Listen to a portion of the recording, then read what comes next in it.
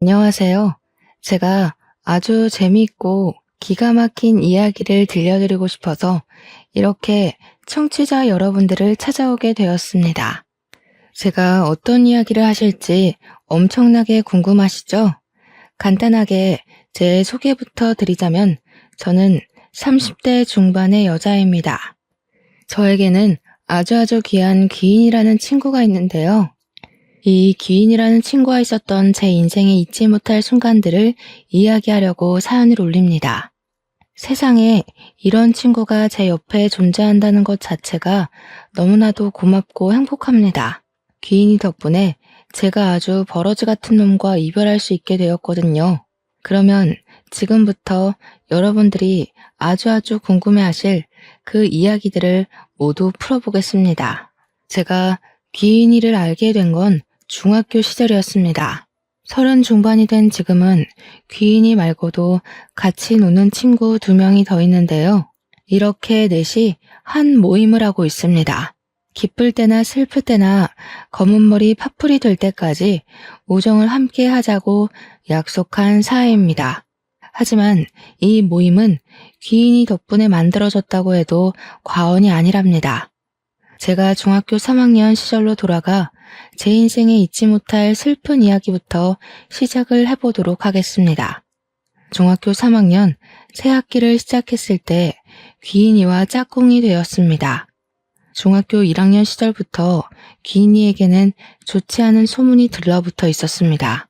귀인이의 엄마가 무당이라 귀신 들린 아이라고 가까이 가면 큰 화를 입는다는 소문이었습니다. 세탁기 골목 안쪽에 있는 선녀 보살집이 귀인이네 집이라더라. 그 집에서 무당이 될 준비를 하고 있다더라. 아니다, 선녀 보살이 귀인이라더라 하는 소문 말이죠. 무성한 소문이 중학교 1학년 때부터 따라붙었던 귀인이는 자연스럽게 전교생이 기피하는 왕따가 되었습니다. 귀인이 자체도 공부에 취미가 없는 건지 친구들이랑 어울리는 게 싫은 건지 학교에 도착하면 내내 잠만 자는 아이이기도 했고요. 같은 반인 것도 불편한데 짝꿍까지 되니까 저는 정말 하루하루가 숨막히게 불편했습니다. 귀신 들린 아이가 짝이라는데 싫지 않을 친구가 있을까요? 짝이라지만 며칠 지내보니 서로 말을 섞을 일도 없고 저도 어울리는 친구들이 따로 있었기 때문에 부딪힐 만한 일은 일어나지 않았습니다. 그렇게 한 학기가 지나고 여름방학이 되었을 때 저에게 아주 큰일이 벌어지고 말았습니다. 여름방학이라 가족들끼리 계곡으로 여행을 가게 되었어요. 이모네 가족, 우리 가족 할 거 없이 계곡 옆에 텐트를 치고 물놀이도 하고 고기도 구워 먹고 그렇게 하루를 보내기로 했습니다. 그런데 그날 예상치 못하게 밤사이에 비가 엄청나게 오기 시작했고 상류에서부터 물이 대량으로 쏟아지는 바람에 계곡이 범람하게 된 것이었습니다. 저는 텐트에서 자고 있다가 아빠의 급한 부름에 놀라서 텐트를 떠나게 되었는데 빗소리에 서로 우왕좌왕하느라 의사소통이 전혀 되지 못했던 거죠. 엄마는 제가 텐트에서 자고 있는 줄 알고 텐트를 향해 달려오셨고 그대로 범람한 물에 휩쓸려 사라지게 되었습니다. 완전히 자연재해 사고였고 물에 빠지고 나서야 싸늘하게 식은 엄마를 찾을 수 있었습니다. 당시 뉴스에도 나오고 큰 사건이라 며칠 동안 신문에도 나오고 했었죠. 저를 구하기 위해 돌아가시게 된 엄마.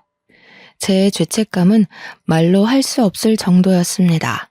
갑작스러운 장례에 친구들은커녕 학교에도 말을 못하고 장례식을 치르게 되었습니다. 하필이면 방학 중이기도 해서 제 친구들은 아무도 오지 못했어요. 장례식장에서 혼자 울면서 엄마 하고 있는데 대뜸 귀인이가 장례식장을 찾아온 게 아니겠습니까?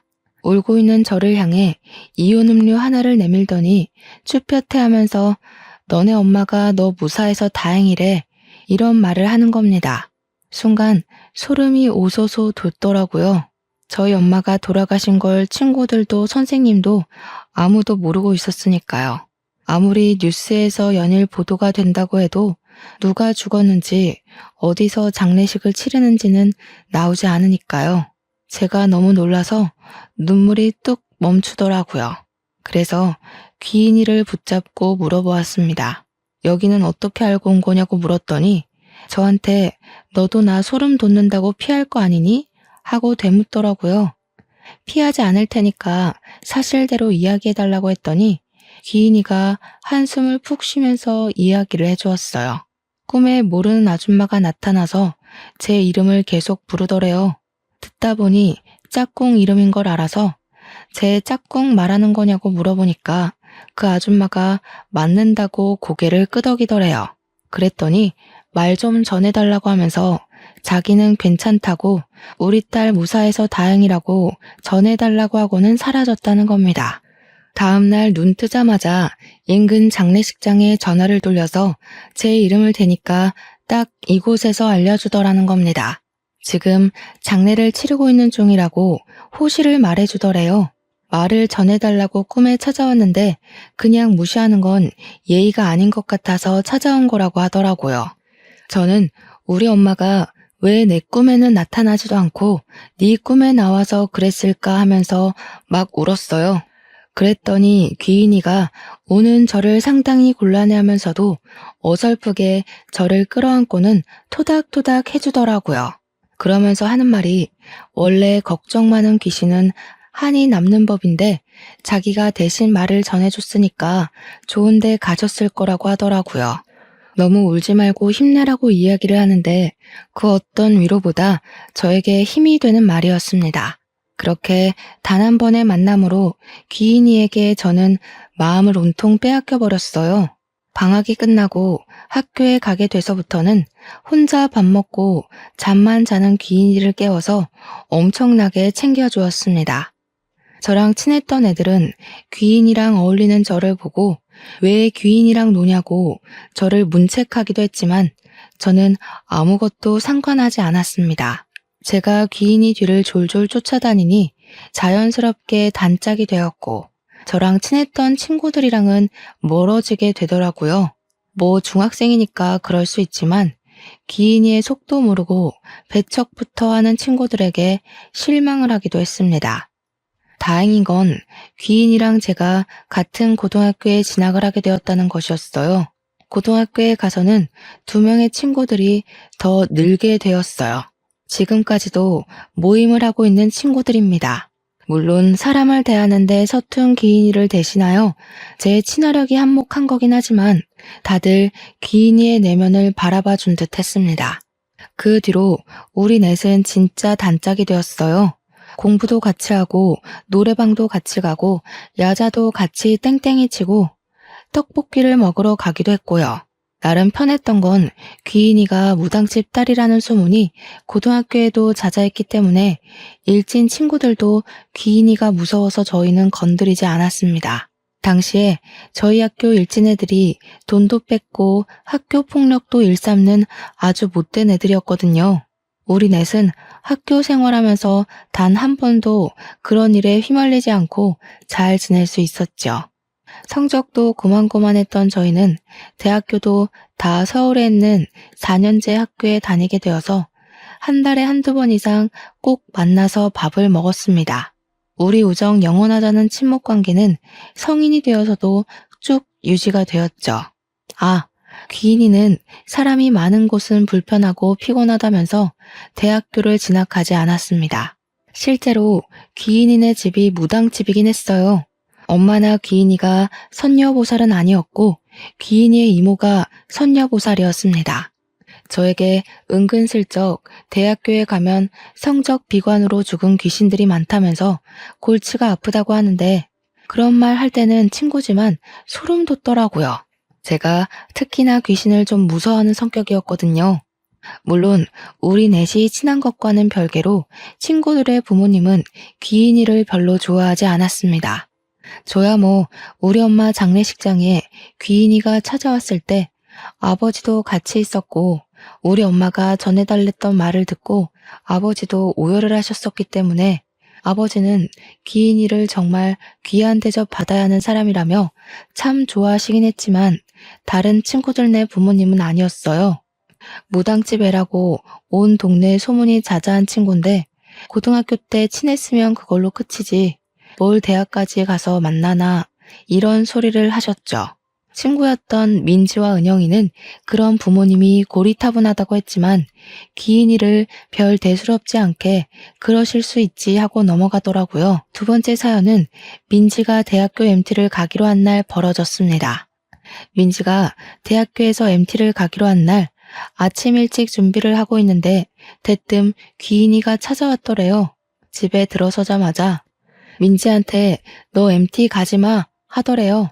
민지도 당황하고 준비를 돕던 민지네 어머님도 너무 당황해서 아침부터 왜 저러냐고 막 그러셨대요.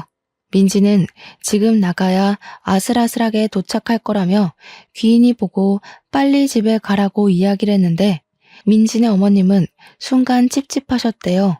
귀인이가 계속 무섭게 쳐다보면서 저 MT 가지 마. 지금 가면 안 돼. 이러면서 못 나가게 현관문을 막고 있었다니 얼마나 놀라셨겠어요. 거기다가 귀인이가 무당집 딸이라는 소문이 무성했으니까 민지네 어머님도 결국에는 민지를 말리게 된 거죠. 너 MT 가지 말라고. 갑자기 어머님이 말리기 시작하니까 민지는 발만 동동 굴렀다고 하더라고요. MT 가면 밤새 술 먹고 놀 생각에 신이 잔뜩 나 있는데 아침부터 이게 무슨 일인가 싶어서 막 애원을 했대요. 민지는 귀인이한테 도대체 자기한테 왜 그러느냐며 실랑이를 벌인 거죠. 그랬더니 귀인이가 대뜸 민지네 어머님한테 아줌마 운전할 줄 아세요? 하고 물어보더래요. 귀인이 표정이 살벌하기도 하고 영 찜찜한 애라고 생각이 들었는지 완전 쫄아서 할 줄 안다고 대답하셨대요. 그러니까 귀인이가 애가 정 가고 싶다고 하니까 2시간 뒤에 아줌마 차 타고 같이 가죠. 집까지만 태워주세요. 했대요. 그러니까 민지네 어머님이 말릴 수도 없고 싫다고도 못하는 우왕좌왕하는 사이에 민지 휴대폰에 연락이 막 쏟아지더랍니다. 학교 친구들이 너 왜 안 오냐, 지금 출발해야 된다 하면서 언제 오냐고 물어보더라고요. 민지가 이미 늦었다는 생각이 동기들에게 피해를 줄 수 없어서 일이 생겨서 좀 늦을 것 같으니까 먼저 출발하라고 했다고 하더군요. 버스를 타던 엄마가 데려다 주던 늦게라도 가기만 하면 된다는 생각에 학교에서 빌린 관광버스를 먼저 보낸 거죠. 그러면서 귀인이에게 화가 너무 나서 으르렁거렸대요. 무슨 일인지는 모르겠지만 딱 2시간만 있다가 나가겠다고. 2시간이 뭐가 중요한지 모르겠지만 별일 아니면 화 많이 낼 거라고 엄포를 놓고요. 그렇게 불편하게 거실에 셋이 나란히 앉아서 시간이 가기만 기다렸대요. 민지 말로는 그때의 공기가 얼마나 불편했는지 밥을 안 먹어도 체하는 기분이었다고 했습니다. 그렇게 2시간이 채 안 된 시점에 귀인이가 대뜸 리모컨을 찾더니 뉴스 채널을 틀더랍니다. 민지네 어머님은 기가 막혀서 아무 말도 못하고 귀인이를 쳐다보고 민지도 어이가 없어서 가만히 있었대요. 그런데 그 순간 고속도로에서 15종 추돌 사고가 났다면서 긴급 속보가 막 뜨더랍니다. 리포터가 분주하게 사건 현장을 이야기하는데 뉴스에 떡하니 MT에 가려던 D 대학교 학생들이 크게 다쳤다고 뜨더래요. 순간 민지 어머님이 아악 하면서 소리를 지르고 민지는 머리털까지 쭉 뼈서는 느낌이 들었대요.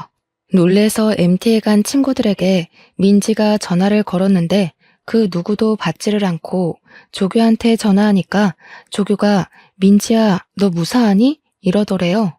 민지가 조교한테 저는 늦어서 버스를 못 탔다고 하니 사고 난 차량이 동기들이 탄 차가 맞다면서 다들 병원으로 이송이 되었다고 전해주더랍니다. 너라도 버스 안 타서 다행이라고 하늘이 도왔다고 막 그러더라는데 귀인이가 아무 말 없이 민지를 보고 있었대요. 다행인 건 사망사고는 일어나지 않았고 몇 명은 크게 다쳐서 병원 신세를 오래 져야 했다고 했어요. 그날 이후로 민지네 어머님은 귀인이한테 완전히 뿅 가는 바람에 귀인이만 보면 손이 무겁게 먹을 걸 싸주시곤 했대요. 우리 딸 살려준 게 귀인이라면서 동네방네 자랑도 하시고, 그런데 귀인이는 그냥 친구라서 도운 거라고 딱 잘라 이야기했다고 하더라고요.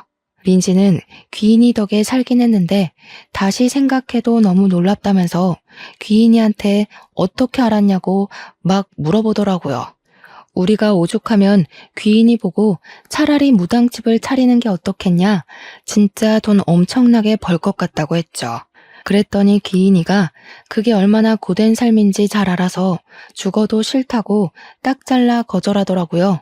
자기가 꿈에서 이것저것 보긴 하는데 신내림을 받은 것도 아니고 그럴 필요도 없어서 굳이 무당이 되고 싶진 않다고 했어요. 매번 볼 수 있는 것도 아니고 꿈에 가끔 나올 때가 있어서 필요한 부분만 알려주는 거라고 다른 건 기대도 하지 말래요. 우리는 그 사건으로 더욱 돈독해질 수 있었습니다. 사회인이 되어서도 친한 관계를 유지하고 지낼 수 있었던 건 전부 귀인이 덕이었어요. 제 친화력으로 붙게 된 모임이라고 생각했지만 우리 모임의 주축은 귀인이 다름없었습니다.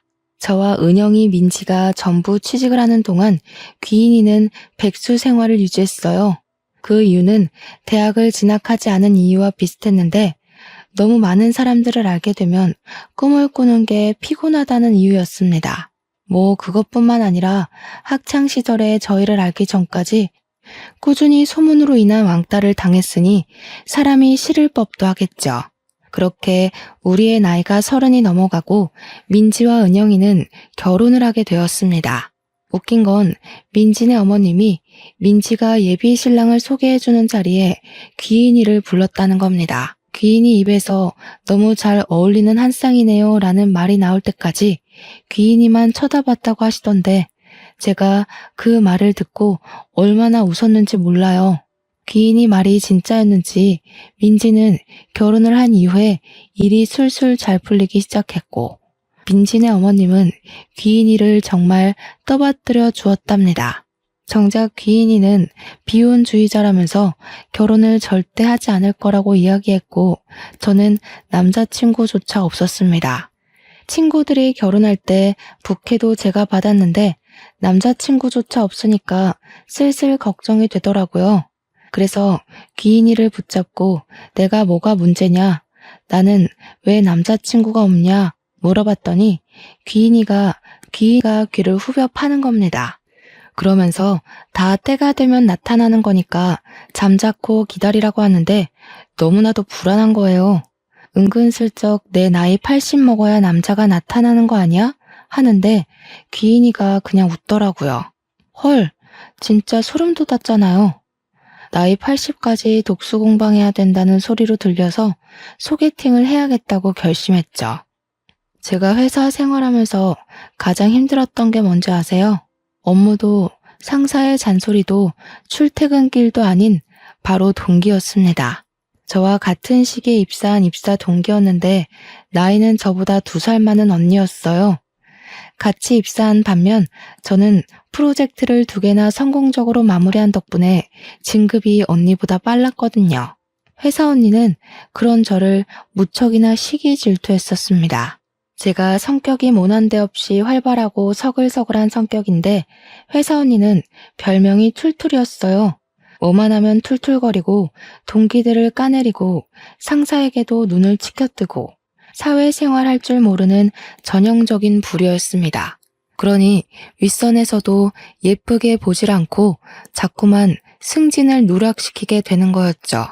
저랑 별로 친한 언니는 아니었지만 자리도 가깝고 입사 동기인지라 주변에서 이것저것 많이 묶어서 일을 시키긴 했어요. 근데 일을 할수록 이 언니가 정말 별로더라고요. 저를 고깝게 보는 눈빛도 좀 그랬고요. 거기다가 분위기를 얼마나 갑분싸로 만드는지 유머를 유머로 소비하지 못하는 그런 부류 있잖아요. 딱 회사 언니에게 어울리는 말이었죠. 농담을 해도 어찌나 뼈가 살벌하게 있는지 주변에서 아무도 웃지 못하게 만드는 사람이었습니다. 지 잘난 거 하나 없는데 지 잘난 맛에 살아서 사람들 무시하고 깔보고 그런 유형이요. 그러니까 자연스럽게 회사 사람들도 언니를 피하는데 자기만 모르고 자꾸 둘러붙는 눈치도 없는 사람이었습니다. 회사 과장님이 명품백을 들고 온 날 대놓고 이거 짭이죠? 하는데 그 주둥이를 정말 꿰매고 싶은 심정이었죠. 그런 언니가 저에게 소개팅 제안을 해온 겁니다. 처음에는 당연히 거절부터 했습니다. 그냥 저 한번 엿먹으려고 그런가 싶어서 죽어도 싫다고 했어요. 그런 거 있잖아요. 소개팅을 했는데 대머리가 나왔다. 팔이 한쪽 없더라 하는 이야기요. 딱 제 이야기가 될 것 같아서 웃는 낯으로 거절을 했는데 이 언니가 며칠을 붙잡고 이야기를 하는 거예요. 너무너무 괜찮은 사람인데 한 번만 만나보라고요. 그래서 저도 똑같이 말했어요. 너무너무 괜찮은 사람이면 대리님이 만나지 왜 절 소개해 주냐고요. 그러니까 저한테 자긴 남자친구가 있다면서 회사에서 유일하게 친한 동생이니까 소개해 주는 거래요. 누가 누구랑 친하다는 건지 하하. 그러더니 저한테는 상의도 없이 제 휴대폰 번호를 넘겼더라고요.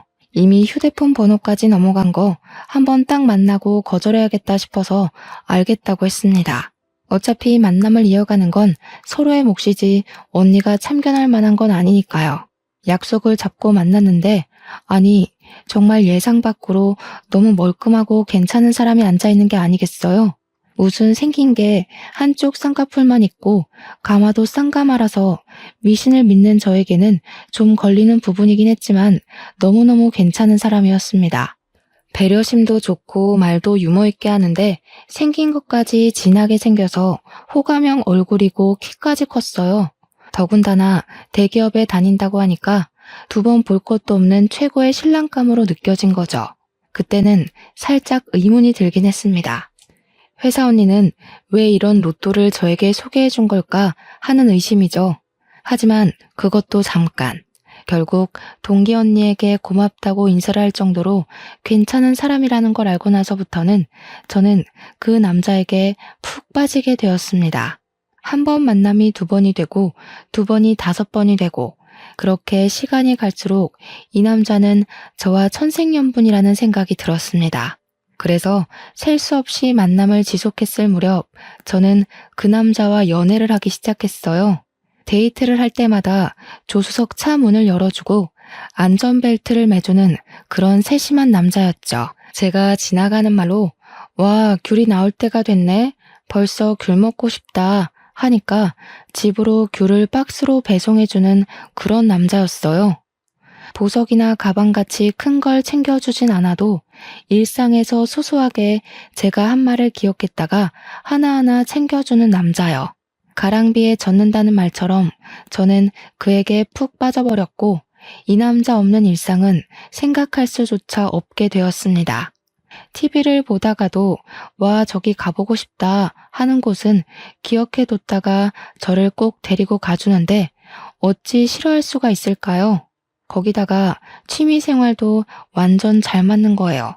제가 은근히 몸치라서 운동 종류를 정말 싫어하거든요. 그런데 이 남자도 운동을 싫어한다고 하더라고요. 물론 그런 것 치고는 군살도 없고 매끈한 몸매이긴 했지만 영화관이라든지 전시회를 간다든지 제가 좋아하는 취미들을 일일이 챙겨주었어요. 당연히 연애하는 기간이 길어지면서 제 친구들에게도 자연스럽게 소개를 시켜주게 되었습니다. 결혼한 두 은영이 민지 그리고 귀인이까지 해서 5명이서 만났는데 제 길을 살려준다고 계산도 다 하고 친구들 하나하나 너무 잘 챙겨주었어요. 말도 잘 통하고 분위기도 잘 이끌어가는데 일부러 제 길을 더 살려주고 싶어서 하는 행동들이 있지 않겠어요? 저 대신 심부름을 대신해준다던가 제가 뭘 흘리면 나서서 치워준다거나 하는 모습이요. 결혼한 친구들은 세상에 저렇게 다정한 사람이 또 어디 있겠냐면서 저에게 빨리 결혼하라고 하더라고요. 평생 공주 대접 받고 살 수 있겠다 하면서 부럽다고 하는데 정작 귀인이는 아무 말도 안 하고 있었습니다. 오히려 결혼은 다 때가 되면 하는 거 아니겠냐고 제 남자친구를 보는 둥 마는 둥 시큰둥하게 구는데 괜히 좀 그렇더라고요. 제가 나서서 남자친구한테 궁금한 거 없냐고 물어보라고 하니까 은영이가 짓궂게 연봉 얼마 받아요? 차는 있어요? 집은 작아요? 하면서 말했어요. 물론 농담이었으니까 다들 깔깔거리면서 웃고 있는데 귀인이만 무표정으로 밥만 먹는 겁니다. 괜히 귀인이 눈치도 보이고 마음이 엄청나게 찝찝했어요. 그렇게 1년을 꽉 채워 연애를 하고 남자친구는 저에게 반지를 주면서 프로포즈를 했습니다. 저와 평생을 함께하고 싶다는 말에 저도 좋다고 우리 이제 결혼하는 거냐고 하니까 화사하게 웃어주더라고요. 양가의 허락을 받고 결혼 준비를 하자고 하면서 저한테 모아둔 돈이 얼마가 있냐고 물어보더라고요. 그때까지 서로의 연봉이 얼만지 모아둔 재산이 얼만지 정확하게 오픈을 하지 않았었거든요. 원래 결혼할 때 되면 다 알아야 하는 거라고 하길래 저는 솔직하게 이야기를 했어요. 적금은 8천만 원 정도 있고 월급은 이 정도 된다. 예전에 아버지께서 증여해 주신 오피스텔을 한 채 가지고 있어서 월세를 받고 있다고 했어요. 그러니 남자친구가 이 말을 긁적이면서 자기도 솔직하게 할 말이 있다고 하더라고요. 사실 자기는 집에 빚이 좀 있어서 모아둔 돈이 없대요. 그래도 결혼하고 나면 갚을 거 별로 안 남아서 괜찮을 거라고 하는데 제가 진짜 심각하게 당황을 했습니다. 빚이 있는 사람일 거라고는 전혀 생각을 못했었기 때문이었어요. 항상 세련된 옷을 사입었고 손목시계나 벨트도 제가 알기로는 꽤 명품이었던 걸로 기억을 했거든요. 거기다가 대기업도 다니고 하니까 못해도 1억은 모았을 거라고 생각했죠. 제가 다니는 기업이 중견기업인데 모은 돈이 8천만 원이었으니까요. 물론 제가 가진 오피스텔이 위치가 좋아서 월세가 쏠쏠하기도 했지만 빚은 상상도 못했던 일이었죠. 제가 당황해하자 남자친구는 저를 설득하기 시작했습니다. 8천만 원 모은 돈에 오피스텔로 담보대출을 받아서 전셋집도 구하고 식도 올리자는 거예요. 그래서 저는 놀래서 자기는 얼마가 있는 거냐고 다 내 돈으로 해야 하냐고 물어보았더니 남자친구가 별일 아니라는 듯이 이야기를 하는 겁니다. 어차피 결혼해서 애라도 낳게 되면 육아휴직도 해야 하고 자기 월급으로 생활해야 하는 거 아니냐고요. 나중에 다 자기가 번 돈으로 노후 생활을 하게 될 건데 빡빡하게 너 돈 내 돈 갈라치기 해야 되냐고 하더라고요. 근데 또 듣고 보니까 틀린 말도 아닌 것 같았습니다. 그때라도 발에 땀나게 도망을 갔어야 했는데 제가 설득이 되고 만 거죠. 그 뒤로부터는 순조롭게 결혼식 준비가 진행되는 듯 했습니다. 예비 신랑의 집에 인사를 드리러 가기 전까지는 그렇게 생각을 했죠. 저를 딱 보자마자 거두절미하고 이야기를 하시겠다 하면서 저한테 얼마를 버냐고 물어보시더라고요. 오피스텔에서 받는 월세를 제외하고 280만 원 번다고 이야기를 했더니 앞으로 자기에게 매달 용돈을 얼마씩 줄 거냐고 물어보시는 겁니다. 아주 뻔뻔하게 들어서 알겠는지 모르겠지만 우리 집이 빚이 좀 있는데 그거 다 갚아주고 결혼하라고 하는 거였어요. 저는 너무 당황스러워서 거기서 아무 말도 못하고 바보 천지처럼 어버버거렸습니다. 누구라도 첫 인사를 드리러 가는 날 그런 소리를 듣는다면 저처럼 반응을 할 거예요. 그런데 제 편을 들어줄 거라 생각했던 예비 신랑이 엄마 알아서 다 할 테니까 너무 걱정하지 마세요 하는 게 아니겠습니까? 그러더니 예비 시모가 저한테 아주 쐐기를 박았습니다. 나는 우리 아들이랑 살아보고 혼인신고는 나중에 했으면 좋겠다는 마음이 있네. 결혼식은 최대한 간단하게 했으면 좋겠고. 그게 무슨 말씀이세요? 우리 아들이랑 1년도 못 살고 이혼할 수도 있지 않겠니? 그러니까 살아보고 혼인신고를 해. 애 생기고 나서 혼인신고해도 늦은 거 아니라고 생각한다. 내가 좀 깨어있는 사람이거든. 그리고 결혼식은 막 성대하게 하는 거 내가 정신 사나워서 싫다. 요즘 스몰 웨딩? 뭐 그런 게 유행이라며? 그리고 너 어차피 엄마도 없다면서 혼주석 비어있는 거 우리 쪽 손님들이 보고 욕할 수도 있잖아. 간단하게 하자. 다른 건 몰라도 우리 엄마를 이야기하는 건 선을 세게 넘는 거라고 생각했어요. 저는 그 자리에서 아무런 대답도 하지 않고 오늘은 날이 아닌 듯 싶으니 다음에 다시 이야기하자고 말씀드리고 대충 인사를 한 뒤 나와버렸습니다. 제가 밖으로 나오자 예비 신랑이 아주 눈에 쌍심지를 켜고 저를 따라 나오더라고요. 이게 무슨 경험 없는 짓이야? 어른이 이야기를 하면 어떤 말이든 끝까지 듣고 나와야 하는 거 아니야? 당신 어머님이 더 예의 없는 거 아니야? 어떻게 그런 말 할 수가 있어? 우리 엄마가 사고로 돌아가신 게 도대체 뭐가 문제라고 그런 말을 하시는 거야? 그러니 예비 신랑이 겸연쩍어 하면서 우리 엄마가 심한 건 알겠지만 저에게는 시어머니가 될 사람이지 않냐고 하더라고요. 자기가 잘 말해둘 테니까 다음번에 만날 때는 사과부터 하라고 하는 겁니다. 그러면서 저에게 결혼이라는 게 평생 남으로 살다가 가족으로 묶이는 거 아니겠냐고 의견 차이와 생활 차이는 당연히 있을 수 있는 거라고 했어요. 저에게 우리 둘이 잘 노력해서 가꾸어 나가면 이런 문제도 나중에는 별일 아닌 게 된다면서 저를 설득하는데 제가 또 홀라당 넘어간 거예요. 30년을 넘게 남으로 살았는데 하루아침에 끈끈해지고 서로를 파악한다는 게 어려운 일이라고 그 가스라이팅에 넘어가고 만 것이죠. 지금 와서 생각해보면 정말 바보 같은 생각이라는 걸 알지만 그 당시에는 그런 생각을 할 여유조차 없었습니다. 그날 저녁에 집으로 돌아와서 조금 속상한 마음도 있고 해서 귀인이에게 전화를 걸었습니다.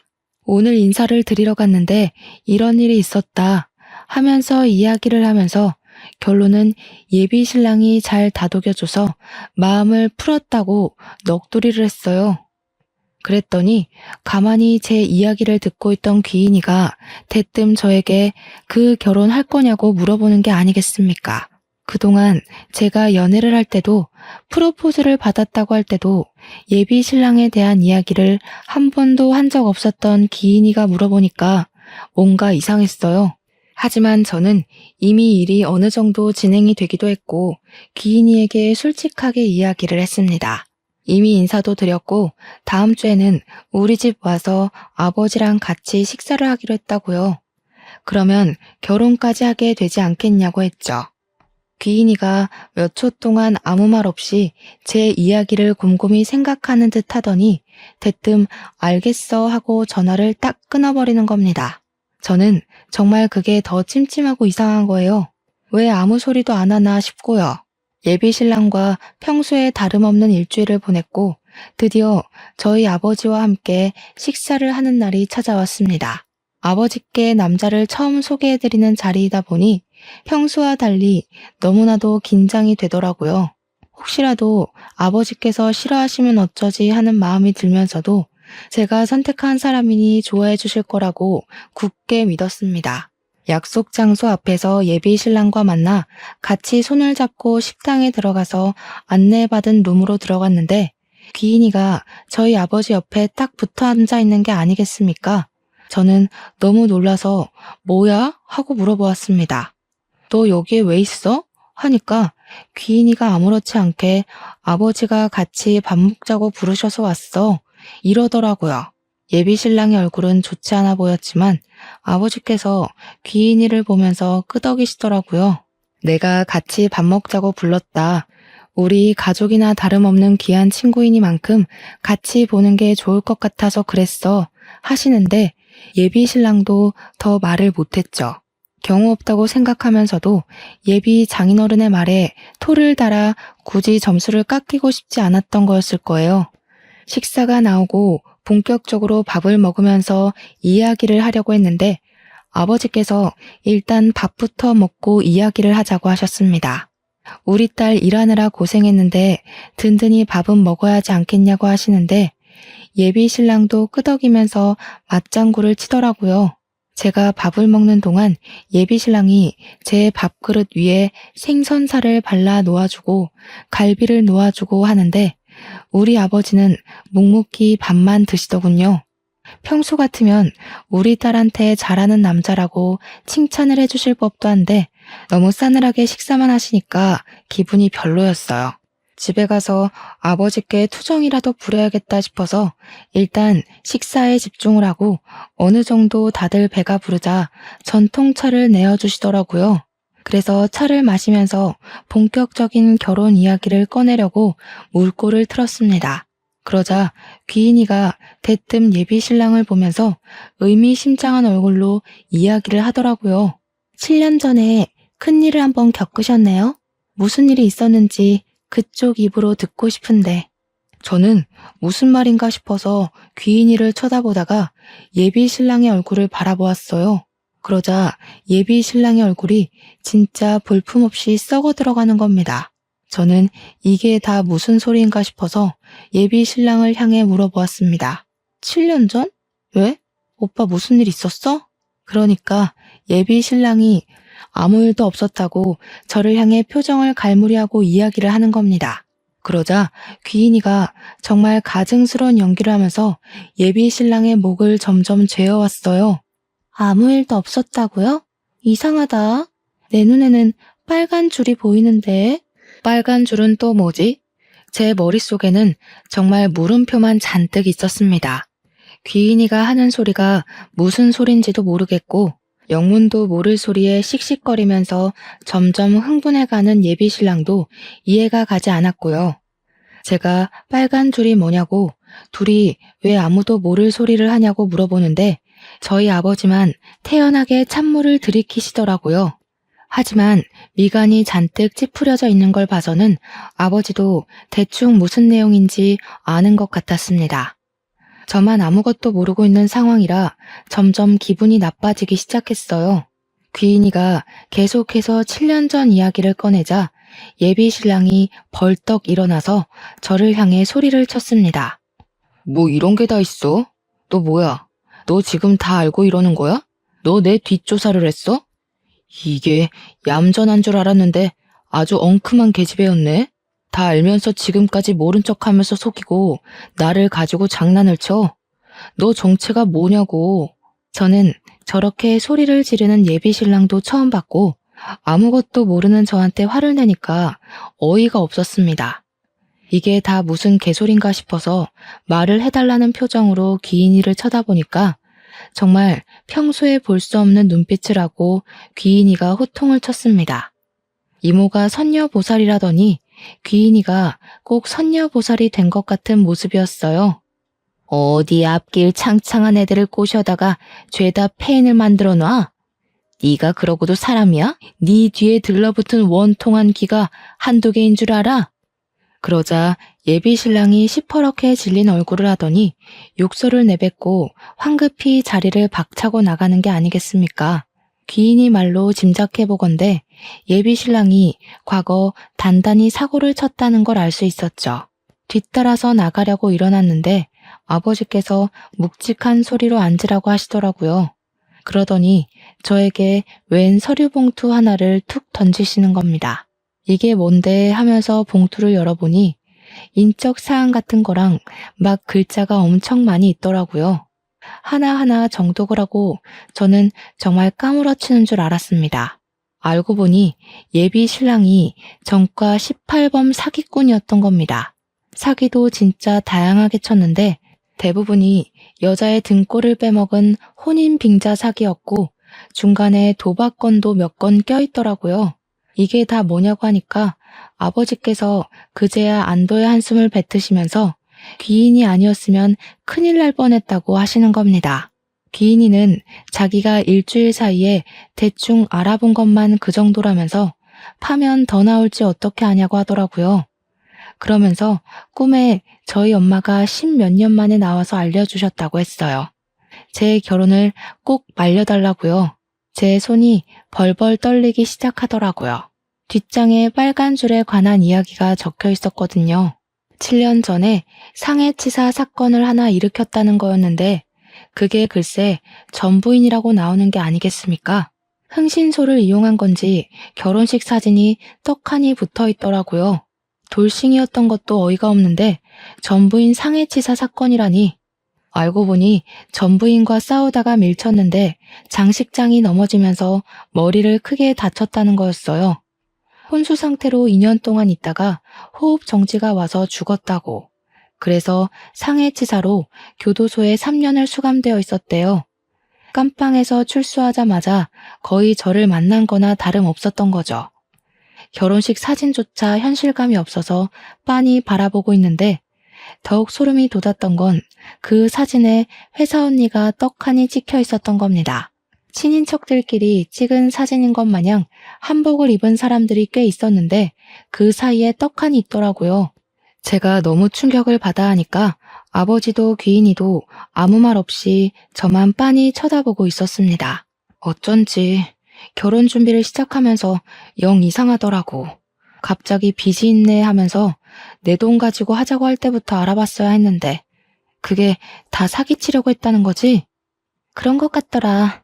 한두 번 이런 식으로 등쳐먹은 게 아니라 여러 번 있었더라고. 혼인신고까지 한 사람은 죽은 전 부인이 끝이긴 한데 다른 사람들한테는 혼인신고를 미루자고 하면서 돈만 야금야금 빼갔더라고. 거기다가 대기업 다닌다는 것도 전부 거짓말이었어. 어디 용역업체에서 일하고 있다고 하더라. 저는 정신이 너무 없어서 오늘은 이만 쉬어야겠다고 하고 집으로 돌아왔어요.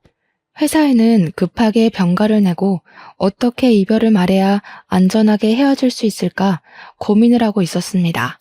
그런데 다음날 오후에 아무렇지 않게 그놈에게 연락이 와서는 만나자고 하더라고요. 고민했지만 사람이 많은 카페에서 만나기로 약속을 하고 나갔습니다. 그런데 저한테 뭐라고 하는 줄 아세요? 저보고 귀인이랑 연락을 끊고 사과를 하면 받아주겠대요. 저도 순간 울컥해서 말이 곱게 안 나오더라고요. 미친놈이냐고 막 쏘아붙였습니다. 미친놈 아냐? 너 내 회사 동기인 그 언니랑 친척지간이니? 일부러 나 사기당하라고 그 사람 소개해줬다는 거 아니야 지금. 그럼 너 결혼했던 것도 전부 나한테 숨긴 게 맞는다는 거지? 그러니까 그놈이 무척이나 당황해하면서 친척은 맞고 사기를 치려고 했던 게 아니라 진심으로 소개받고 싶어서 그런 거다 하면서 변명을 하더라고요. 오해가 있다면서 결혼을 하긴 했지만 그게 하려고 한 게 아니라 이러면서 앞뒤가 안 맞는 말을 하길래 오해는 무슨 오해냐고 결혼식 사진 다 봤다고 했어요. 아무리 사고라고 하지만 전 부인을 식물인간으로 만들었다며? 사고 2년 뒤에 사망까지 했다며. 그러니까 자기는 다 죗값 치르고 왔고 문제될 게 없다고 하더라고요. 그게 무슨 자랑도 아니고 진짜 어이가 없어서 어떻게 이걸 속이고 저랑 결혼을 하려고 했는지 너무 소름이 돋았어요. 그래서 너네 엄마가 혼인신고 바로 하지 말라고 한 거구나? 애가 생기면 하라는 게 빼도 박도 못하는 시기가 됐을 때 혼인신고를 시키려고 한 거였어. 내가 모은 돈에 오피스텔까지 헤쳐먹고 버리려고 한 거야? 그러니까 그제야 욕을 나지막히 내뱉으면서 고개를 돌리더군요. 아니 왜 욕지랄이야. 누구는 욕 못해서 안 하는 줄 알아? 이 후레자식이야?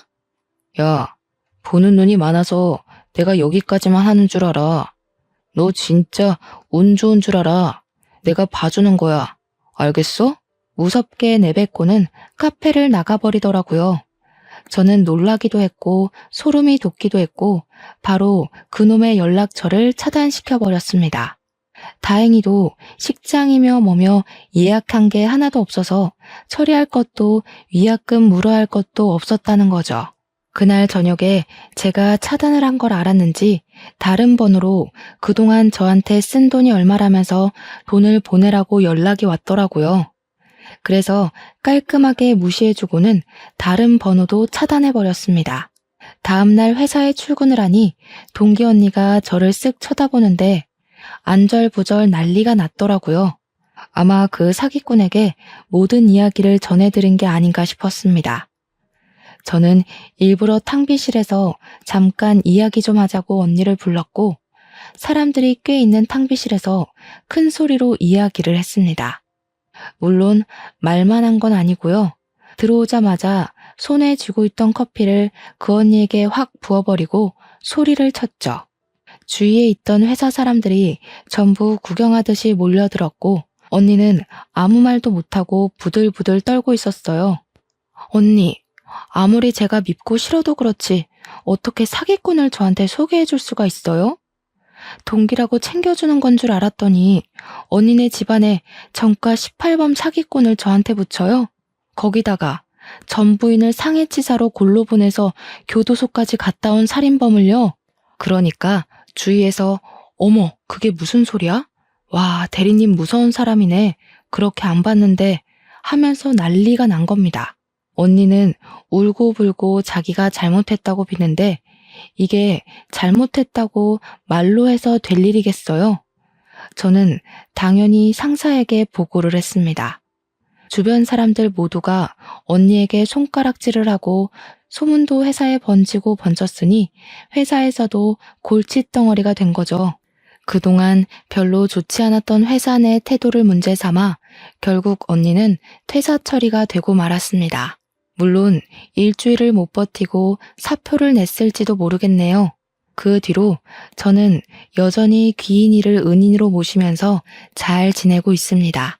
우리 아버지는 저보다 더 귀인이를 챙기면서 지내고 계시고요. 둘이 저 빼놓고 소주 마시러 다니고 있더라고요. 참나. 그래도 귀인이 덕에 고마운 일이 많아서 저는 너무 감사할 따름입니다. 귀인이가 저한테 슬쩍 다 때가 있으니까 조용히 기다리라고 삶이 흘러가는 대로 살면 좋은 인연이 나타날 거라고 하더라고요. 언제 만날지 모를 그 인연을 기다리면서 저는 오늘의 삶을 충실하게 살고 있답니다. 이런 저의 사연 어떠셨나요? 긴 사연 들어주신 여러분, 감사합니다.